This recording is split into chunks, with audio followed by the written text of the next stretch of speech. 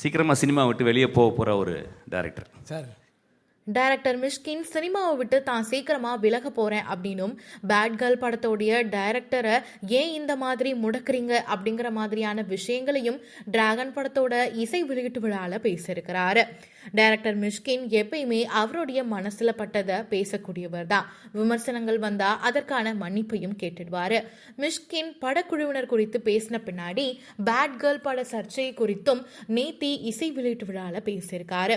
Bad girl படம் எடுத்தது ஒரு பெண். ட்ரெய்லரை வச்சு ஒரு படத்தை முடக்கிறதுல நியாயமே கிடையாது. அதிலும் ஒரு பெண் எடுத்த ஒரு படத்தை வெளிவர விடாமல் தடுக்கிறாங்க.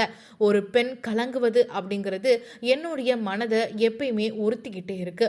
சினிமால இருக்கிறவங்க எல்லாரும் சேர்ந்து அரசியல்வாதிகள் கிட்ட பேசி சென்சார்ல கட் செய்ய வேண்டியவற்றை கட் செஞ்சு இந்த படத்தை எப்படியாவது கொண்டு வரணும். ஒரு பெண் டைரக்டர் ஆகிறது அப்படிங்கிறது ரொம்பவும் முக்கியமான ஒண்ணு அப்படின்னு பேசியிருக்காரு.